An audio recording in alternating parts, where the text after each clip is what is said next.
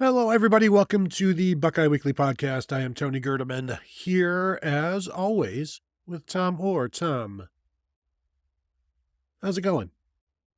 Tony, before we start today's show, can I just get immunity for anything that I may say on this show or anything I may have said on previous episodes of this show? I can assure you I haven't done anything wrong, but is it possible for me to get immunity, just blanket immunity, for anything that may have happened in the past, even though I haven't done anything wrong?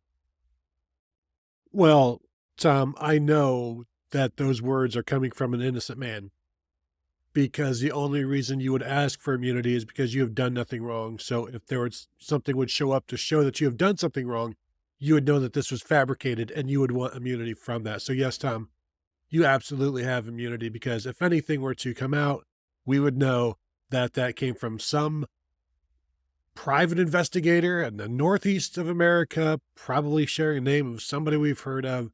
And that would just all be a bunch of bunk and bull. And yes, Tom, immunity from here on out. I don't have an immunity idol to give you. However, if you have a coconut shell or some sort of idol that you've brought back from Hawaii, go ahead and use that. Although if you have brought back an idol from Hawaii, I would suggest you take that back. I do have one. It's just here off camera. I can't quite reach it to show you, but I can assure you it's right here.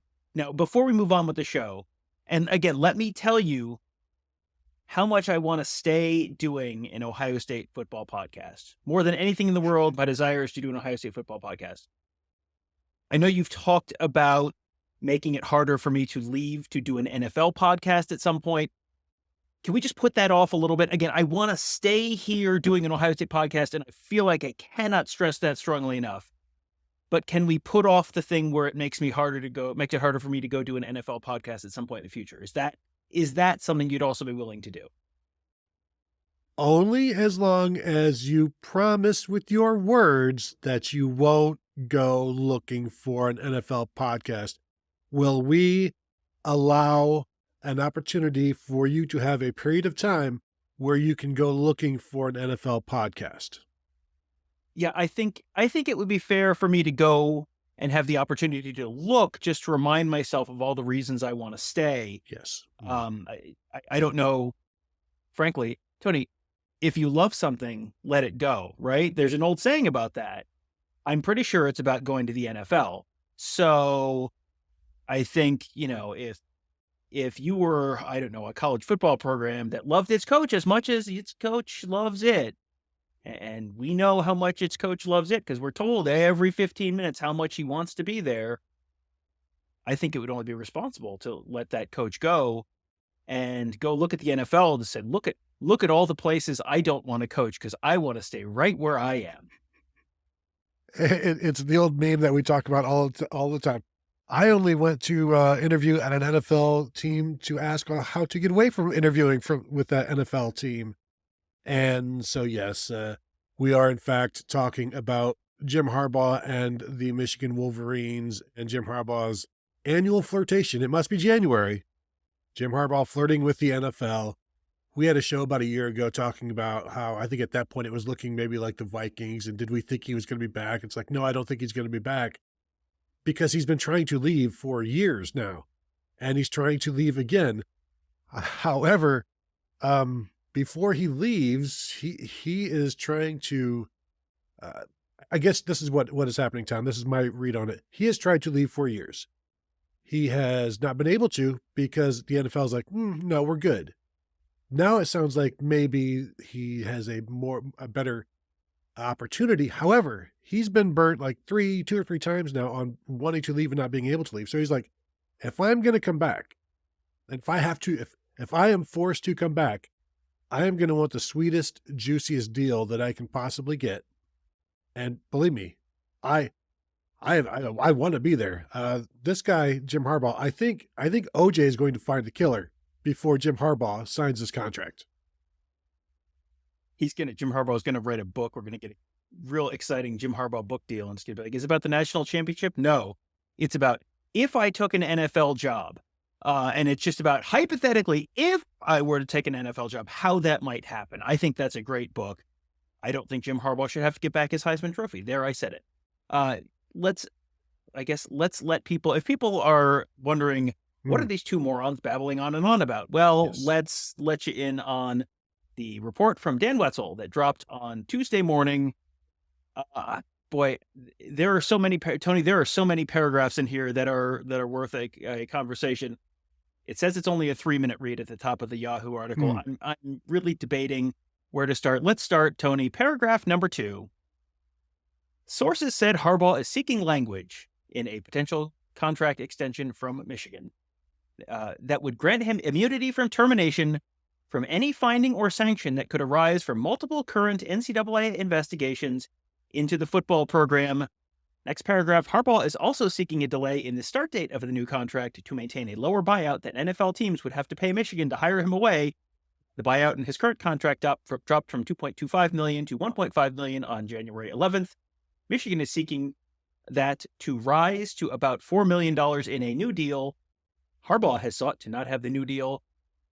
Harbaugh has sought to have the new deal not start until February 15th, thus maintaining the lower and more favorable buyout number until after the NFL hiring cycle is concluded. Tony, first of all, I would like to know where the hell you get off with the idea that Jim Harbaugh might be interested in taking an NFL job this cycle and getting away from Michigan when he has so clearly said so many times that Michigan is where he wants to be. I'm going to read. I'm not even going to cite specific Michigan people because it's just basically one big Borg of terrible reporting right now. But after talking with people who know more than I do, I believe Jim Harbaugh genuinely wants to stay at Michigan. He just, quote, wants to know that he's wanted, close quote. Several told me, and it's not about the number. He gave back $1.5 million to department employees to compensate for COVID cutbacks.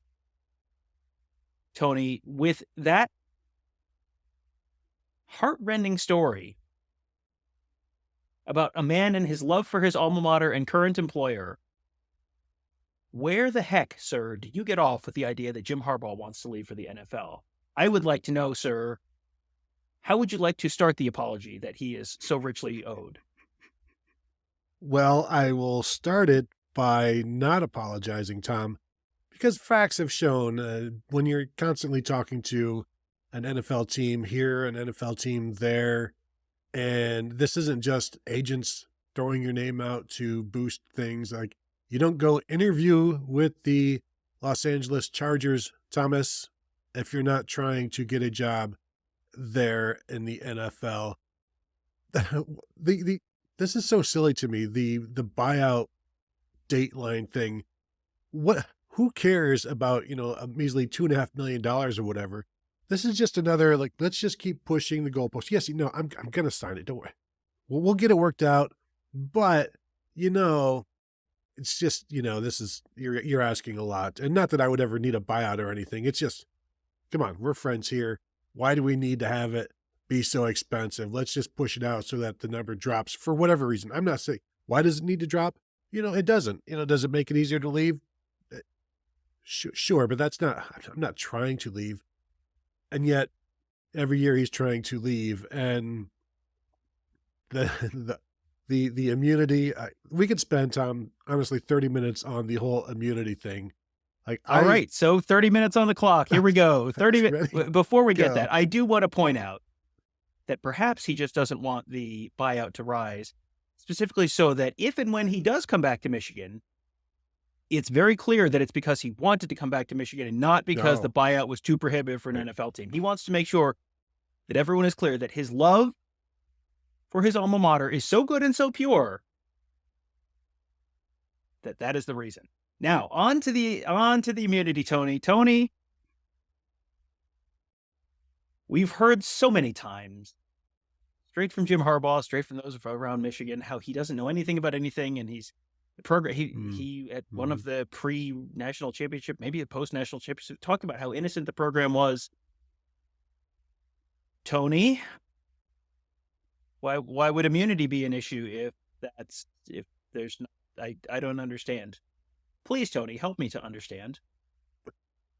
Well, I mean, it's just nice to have. Frankly, it's like, do you have 2 cars? Do you need a 4-car garage? No, but it's nice to have. This is basically just 2. It's just an extra garage for him, that sort of thing, extra garage space. I'm not going to use it, but it's just nice to have. It's like the treadmill that you buy on January 1st. It's nice that you're not going to use it, but it's nice to have.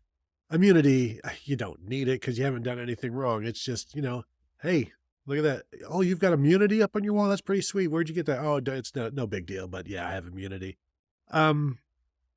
No, Tom, when you're asking for immunity, it kind of feels like you understand finally, like the one person at Michigan who is acknowledging that something has gone wrong in terms of the coaches in the football program, other than, of course, the athletic director who has suspended Jim Harbaugh and then been okay with the other suspension. Like Jim Harbaugh is finally acknowledging, hey, there's something here. And boy, I really don't want to be punished for stuff that happened under my watch. That's the last thing I want. And if I'm going to sign here, re-sign here, where of course I want to be here. This is where I want to be.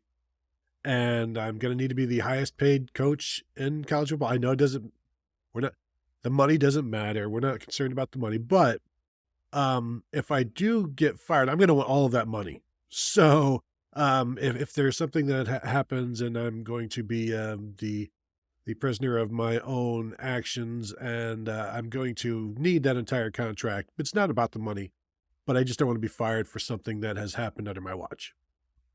Yeah, and he wants immunity from, let's just read read another two paragraphs. You know how we love reading paragraphs on this show, Yes. Tony. Harbaugh has sought to have his contract grant him immunity from termination for any violation stemming from those cases, meaning the two previous NCAA cases, the most recent one with Stallions, the one before that with the COVID visitation and violations, and also cheeseburgers, etc., I have been reliably informed. It additionally spells out any penalty he may face should the NCAA rule him responsible in any future case that would include specific fine amounts for any level 1 or level 2 violation. Fine amounts for level 1 and level 2 violations. He is also seeking to have any decision involving for-cause termination, whether for NCAA violations or anything else, to be determined by a 3-member arbitration panel rather than the school's athletic director, a role currently held by Ward Manuel. Traditionally, for-cause termination of a coach would be determined by his direct supervisor. The athletic director would still be able to fire him for performance-related issues, in which case he would get paid out. Obviously, if you get fired for cause, you get paid out your contract. If you get fired for cause, you do not get paid out your contract. If you get fired not for cause, for performance-related reasons, you get paid out your contract. Remember when it wasn't about the money? Anyway, Tony, it doesn't matter. That's not what we're here to talk about. We're not here to talk about the money because the money's not what matters, Tony. Blanket immunity for any violation stemming from the two existing NCAA cases, and also fines laid out for any hypothetical future level 1 or level 2 violations. Tony, we've been covering college football for a while. I don't remember this being like something that's spelled out like, oh, I want in my contract what the fines are for future violations that haven't even been committed yet. Because I'm obviously immune for anything before this. I feel like, did they have contracts listed like this in the Godfather movies? I'm trying to remember other organizations where it might be like, well, I'm gonna cut an advanced plea deal for any sort of potential future crimes that I may commit, well, unknowingly, obviously not know about, not have it. Is this the most, when you read this, how many times did you have to like pick your jaw up off the floor in terms of how is this something that is being put out into print, and that this is like, obviously this is coming internally from Michigan, who's like, this is a good idea, let's put this out? I'm completely baffled by all of this, and I'm tweeting about it and talking about wanting immunity and can't be fired for this, can't be fired for that, and somebody responds like, he's just wanting a tribunal rather than the athletic director to be able to fire him. And it's like, what the athletic director's job is to fire the coach, and you're asking for, I don't want that guy to have the power to do so. When has a head coach been able to just, super vent or whatever the word is, in terms of like, you're taking away that guy's power, and the athletic director is going to have to be like, yeah, we'll go ahead and sign off on this. I don't need to have the power to fire you for this or for that. We have talked in the past about how Jim Harbaugh and Ward Manuel do not get along. And then Ward Manuel this past month and a half, 2 months has shown like trying to appease the Michigan faithful because they also believed that they didn't get along. And Ward Manuel has sung Jim Harbaugh's praises like nobody else for the last 60 days or so. And this is how Jim Harbaugh repays him. He's like, I don't want that guy to be able to fire me unless I'm 4-8 next year in some hypothetical season. And the idea of, I would also like to know how much it's going to cost me for my next infraction. That way I know exactly how much to set aside, budget, if you will, for what's going to be what I'm going to do moving forward. The idea of just trying to set out the cost of future infractions. It's like, hey, buddy, how about no infractions and it's free? How about we don't worry about the next infraction that might be coming when you're like, yeah, I would like to know if there's any future penalties coming from future infractions. Like, what's that going to be? And the asks on this contract, based on what's being reported, is it's kind of like, just throw this one in there, throw this one in. And they're kind of just, Jim Harbaugh and his agent are snickering, like, there's no way they're going to go for it because they don't want him to go for it. Like I tweeted earlier in the day, this is a heist movie where the thieves they're just doing something to distract the target. Michigan being the target right now, they're running around putting all this stuff in the contract. Meanwhile, Jim Harbaugh has lifted somebody's key card and they're getting away with the entire, they're getting away with what they set out to do. And every paragraph, it's like, and also this, and then we would like this. And each paragraph is like unheard of. And yet, you think that's bad. Here comes another one. Yeah, it's like Rodney Dangerfield in the pro shop in Caddyshack. Like, oh yeah, give me 2 of these, 3 of these. Yeah, Jim would like a box of the teas, please. Which teas? Well, watch the movie. I don't know. It feels like it could not be more clear. And if he goes back to Michigan, I mean, as you said, this is like the 3rd straight offseason he's been actively interviewing in the NFL. Like, very clearly, this is what he wants to do. He's trying to do this, get there every year. I get the sense he's going to get there this year because it seems like from some of the reporting out in San Diego, he may be the leading candidate for the Chargers job. He is asking for the sun and the moon and the stars there as well, from some of the reporting out there. But it could not be more clear that this is what he is not committed in any kind of long-term way to Michigan. And with some of the stuff looming, and the immunity tells you that is certainly a part of this, a part of this conversation, that he wants immunity because he knows, of course, there is stuff coming.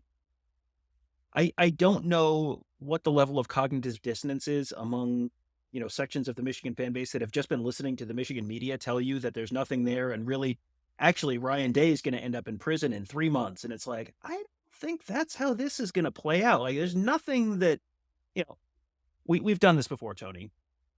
If all the stuff that we've said in the past was accurate, how would Jim Harbaugh's concerns in this moment, vis-a-vis his contract, how would they look any different? Because I would submit, Tony, that if all the stuff that we've been talking about while people have been saying, why would Ohio State media have any sense what's going on? I would submit that if we were exactly correct about pretty much all of the stuff right now and like what the actual issues are and what the actual sources of potential punishments could be, that these Jim Harbaugh contract negotiations would look suspiciously similar to what they look like right now, publicly as put out by Michigan. And again, when Michigan has had an opportunity to go to bat and defend their coach, and with the injunction or the temporary restraining order, they backed off. And they're like, yeah, this all looks bad. And like, people are now, Michigan sees and has admitted to some stuff. Jim Harbaugh is looking to get out. But this is, in fairness to Jim Harbaugh, this is something we've talked about before on the show. I was told way back when he took the job, he told Michigan, I'm going to give you 3 years, then I'm going to head back to the NFL. 3 years turned into 8, 9 years because he didn't get them to the level that he thought he would, and then could just bold. I thought he, assumed there would be like a decided schematic advantage of some sort for him when he came from the NFL to rescue his program. And for now, it appears maybe he has rescued the program, but it's for now. And the fact that not just that you're looking to leave because he's always looking to leave, but you're looking for such protection if you decide to come back because you know that hell is going to rain down. So it's like, if I'm going to be there, I'm going to want to be able to weather the storm. I also feel like Michigan, and I've said this before, if hell is going to rain down, they would like Jim Harbaugh to be there to receive it and to get them through it. And yeah, just having that kind of continuity, and people are saying, well, if he has a show cause, then he can't coach. You can coach with a show cause. You just got to stop getting in trouble. And that's something that Jim Harbaugh's had some trouble doing of late. And so maybe that becomes a situation where it's just best to fire him. And, I said it on Twitter yesterday and kind of a half serious joke that Michigan still has time to fire Jim Harbaugh and look good in the NCAA's eyes. What they're doing now with all of this is not giving the NCAA any kind of, yeah, you guys feel like certainly acting like you feel bad for what has happened over the past 3 years. Some of the guys that are leaving, some of these guys are not high draft picks. They're just, I'm ready to move on. And, I was ready to move on from college after 4 years as well. I think most people are, to get started with whatever. But you look at what they're losing. Obviously, they're starting backfield of J.J. McCarthy and Blake Corum, starting receivers Roman Wilson, Cornelius Johnson. A.J. Barner, the tight end that came in from Indiana, is gone. They still have Colston Loveland, which is very good. Losing their top 6 offensive linemen, including their starting 5, gone. Losing Jalen Harrell, Braden McGregor, defensive ends. Chris Jenkins, defensive tackle. Cam Good, backup defensive tackle, who had some good moments. Starting linebackers, Michael Barrett and Junior Colston. And starting nickel, Mike Sainristil. Starting corner, Josh Wallace. That's like 19 or so guys of probably their top 30. And can they replace them? They've got Donovan Edwards coming back, who I think would have gone pro, but did not have the year to do so. You got some young guys that still have some eligibility. Obviously, Samaj Morgan played quite a bit this year, I think, as a true freshman. Colston Loveland was a sophomore this year. Like I said, he's back. Miles Hinton, transfer from Stanford, is back, but when he played, it was not very good. So they're going to have to rebuild that entire offensive line, but they've been able to do that in the past. They'll go to the portal, I'm sure. Defensively, Tom, I think there's some pieces here. And up front, Kenneth Grant and Mason Graham as your defensive tackles. That's arguably going to be one of the best in the Big Ten, if not the best. Ohio State would have an argument as well, but I think Michigan absolutely would. Josiah Stewart, Derek Moore back as defensive ends. Ernest Hausman transferred in as a freshman starter at Nebraska last year, was a backup and played quite a bit this year. But then in the secondary, you've got Will Johnson starting at corner. You've got 3 safeties back, Makari Page, Rod Moore, Keon Sabb. I think Page and Moore have, they've been starting for 2 or 3 years now. So they've got the makings there, but you've got to find another corner. You've got to find a nickel that you can trust, like Mike Sainristil. Good luck with that. You've got to get some depth on that defensive line. Josiah Stewart, Derek Moore, part-time players. Can they be? I don't know that Josiah Stewart can be that full-time guy. He's like 6'1", 225, 235-pound rush end. But defensively, I think they're going to be okay. Offensively, I think there are some concerns. Well, but that will do it for us here. We will talk more about Michigan probably throughout the coming weeks, certainly in an upcoming episode at some point here in the very near future, which will be the 1000th episode of the Buckeye Weekly Podcast. Can you believe it? My best advice is to hit the bell to be notified on YouTube. Also subscribe on whatever podcast platform you choose if you have not yet done so, and it'll show up. But we will certainly let you know when it is going to happen, because we will want you there for sure. So until then, you can find us at BuckeyeHuddle.com, where you can become a member, and you don't have to wait until the next show. You can chat with us right there as well. So thank you all for tuning in, and we will talk to you guys later.